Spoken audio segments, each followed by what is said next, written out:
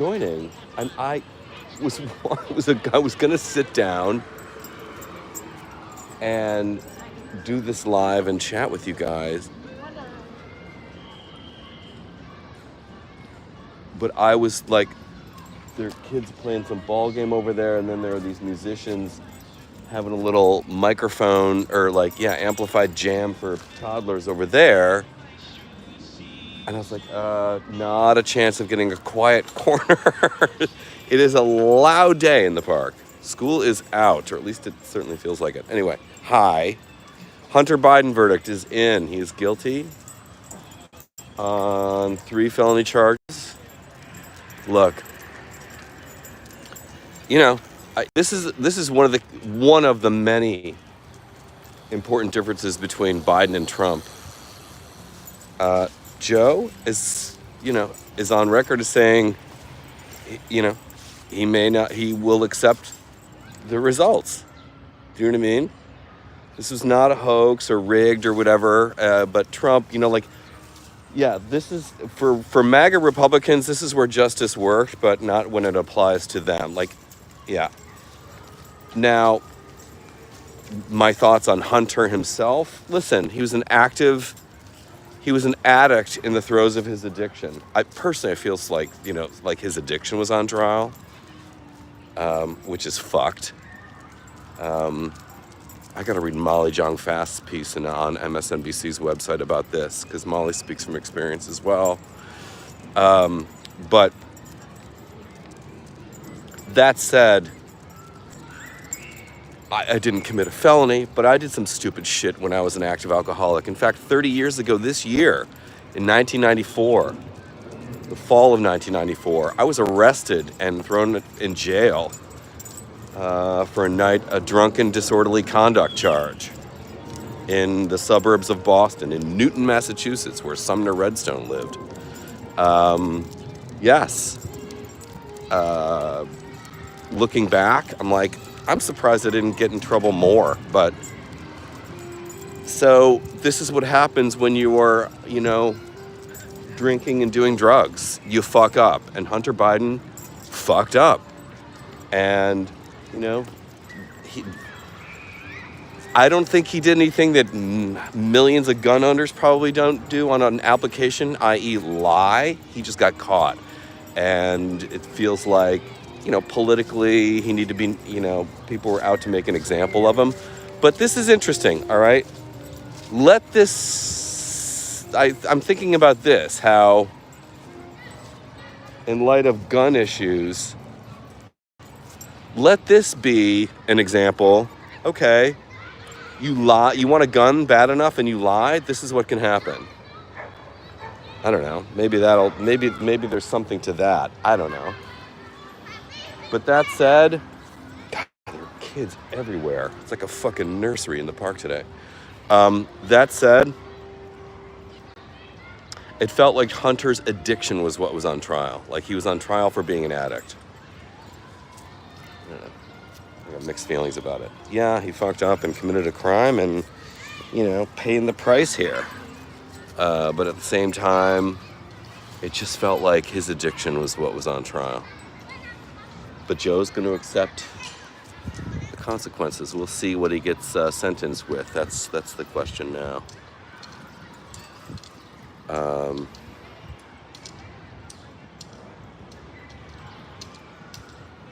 Let's see. Salma Akbari, shut up, you little brat. Well, let's take you out of here. Remove. Yeah.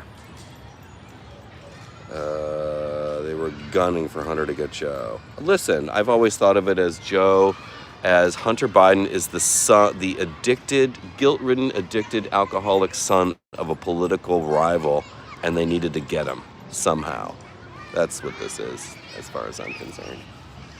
That said, Hunter Biden did technically lie on a gun application form, and then he got caught lying. But that's what addicts do. Addicts, when they're in the throes of their addiction, let me just paint a picture for those of you who don't know. When an addict, and if there are none of you who have not been, if there are people watching this who have not been affected by alcoholism or addiction, either with themselves or with a family member or a loved one or friend, lucky and rare. But just know this. When an addict is active, an addict will steal your wallet and then pretend to help you find it. Okay? I said this the other day. When an addict is active, all bets are off. I still want to be friends with Hunter Biden. Like, I want to hang out with him. And because we have sober friends in common. Let's hang out. So yeah. What crime though? He lied on a gun application. That's a felony. Fran, whatever the consequences, I know he will handle it responsibly because he's sober. Yes. It does seem that Hunter, his disposition, his demeanor, it seems like he will swallow this pill, no pun intended. Like, okay, this is the consequence. Got to deal with it. Yes. Unlike Trump, who's like, I didn't do anything, this is rigged, and yeah. Like, shut up.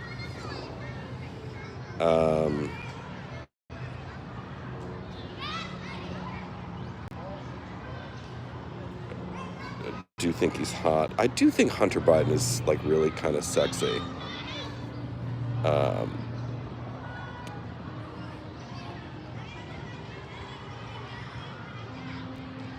Let's see.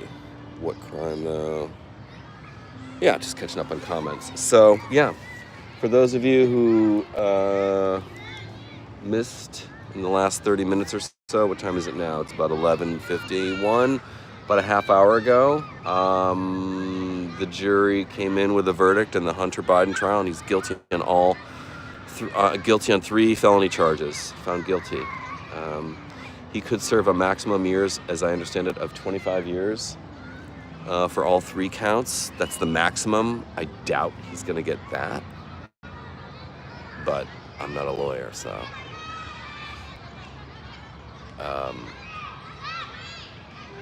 We shall see. He'll handle it, and Joe will handle it, and, onward and upward. I've had sober sponsees in the same situation, and they stayed sober. Fortunately, there are meetings in prison. Yes, there are meetings in prison. I was supposed to go speak at a meeting and share my story at a meeting on Rikers Island, and then when we got there in the parking lot, the prison went into a lockdown, so we couldn't go in.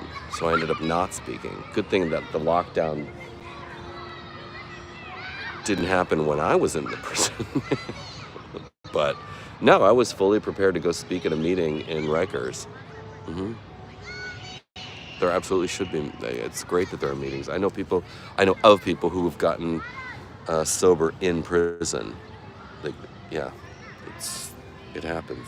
Fran, you're too generous. Thank you so much. I appreciate you more than you know. Thank you. What else is happening?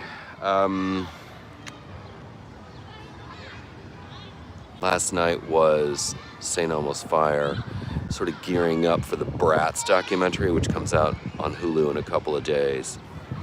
It premiered the other day here in New York at the Tribeca Film Festival, and I'm eager to see it. I'm a Gen Xer. This is Generation X porn. This is Generation Triple X.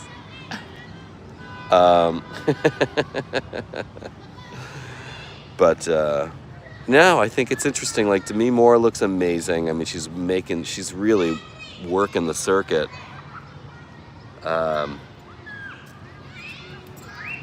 Looking amazing. Like, she's what, 61 or something? She looks great. And she's having quite the fashion moment. So, yeah. Any thoughts on the SCOTUS criminals? Oh my God, I forgot about that. I'm just going to say this. The Alitos are a mess. The Alitos, the couple collectively known as Mr. and Mrs. Alito, are a mess. That couple is a mess. She's crazy.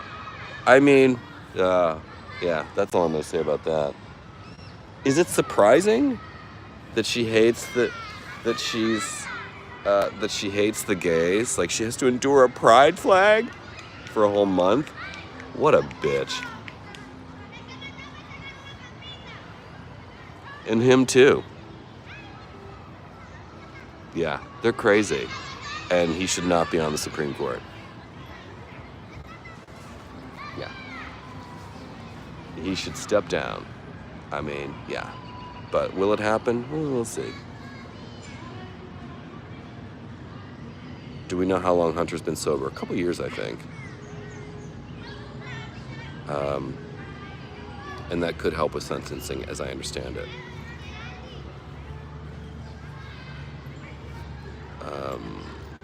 Katie Fang is the one to follow for this stuff. Katie Fang, and maybe Andrew Weissman as well, will be the ones to follow on Threads and just check in on their commentary. I'm going to do it. Yeah, Mrs. Alito's nuts. If John Roberts wants to save his reputation, he needs to step on. Let's see. He won't step down, but if we all vote blue, we can impeach him. Okay. I don't know how that works, but okay. So much work to do today, but it's like I enjoy it. I get to work from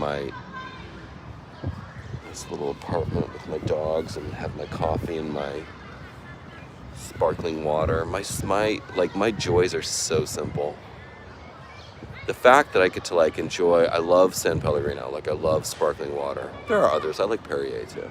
But I love sparkling water, so crisp and clear. Throw a little fresh lemon in there, squeeze a little fresh lemon in, makes it extra special. But I got this idea at this coffee shop that I go to sometimes when I take the subway down to Vox Media and then I gotta go. We'll end this on a nice note, a lifestyle note. There is, I'm forgetting the name of it. It's in the subway, a coffee shop. I've taken pictures of it on my socials. A coffee bar at the Fulton Street subway station, way downtown.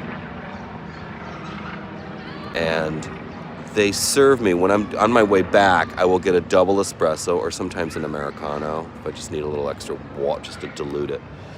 And they serve it with a little cup, like a little tumbler of sparkling water, room temperature sparkling water, which I think is such a nice touch, just to sort of like a cleanser.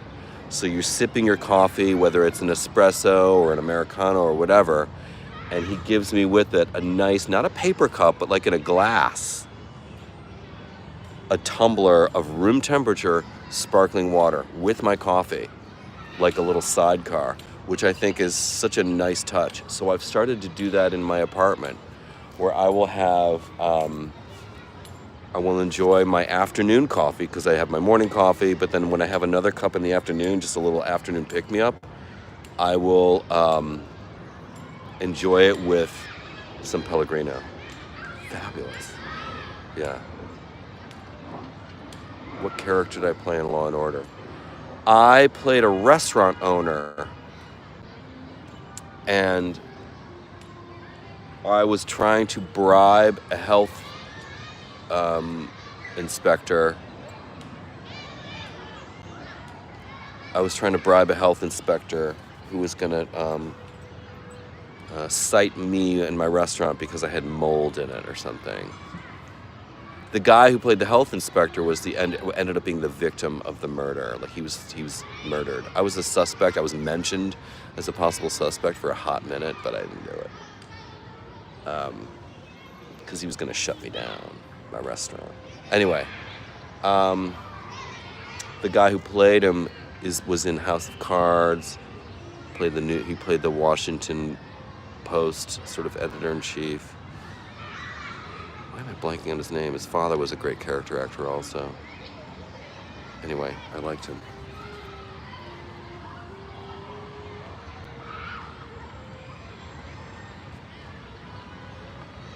Let's see. Oh, and also, let me just leave you with this. I left a thing on Threads today, and I got some shit for it, but I stand by it, which is that, I feel like whenever I post something on Threads, not just me, but I see it in other people's comments, on the comments on other people's posts. When people post links to an article on Threads, even if it's not even if it's not behind a paywall, the comments that people leave making it so painfully obvious that they did not read the article, they're just commenting on the headline or the photo. It's like, guys, we're getting dumber and lazier, and it's not a good look. It's not a good look. Like when you leave a comment on an article that you so clearly didn't read, it's a bad look for humankind in general, but for you in particular, but for humankind in general. So, and then of course when I posted this, you would say, well, sometimes it's behind a paywall, but I'm thinking like, but you're also presuming that you are mandated to leave a comment. You don't have to say a fucking thing. If there's an article behind a paywall, I don't leave a comment. So if you're on social media, well, I don't use Facebook, but like Twitter or X or Threads, try to only comment on something after having read the piece. Just not even try, just do. There is no try, there is only do, all right? Says Yoda. I posted a link to a New York Magazine article about Donald Trump's plane, that 757. It's this tired old junker. And it's not what a billionaire would really fly around. And so it's a piece by a pilot in New York Magazine, and he just kind of trashes that jet. And I said, I linked to the article, and I said, even Schittler Air is a loser. And there was there were a few comments by people who commented on something that was answered in like the second paragraph of the article. And it just like, it kills me. I'm like, you couldn't even open the fucking link and even read this, like get 3 paragraphs in the thing, but you got to comment on it and make yourself look stupid because it's so painfully obvious that you didn't read the goddamn thing. So guys, I implore you, read something before you comment on it. Yeah. And if you can't read it, if there's a paywall, you don't need to leave a comment. Shh. You don't shut the fuck up. You shut the fuck up. Shh. But people act like leaving a comment is like legally required. No, we don't need to hear from you. We don't need to hear from you. No one needs to hear from you. Or me. No one needs to hear from us. It's completely voluntary and optional. And if I confront a piece of content that's behind a paywall that I don't subscribe to, I exercise my option to not leave a comment because I really intelligently cannot. That's all. All right, I love you guys. Bye.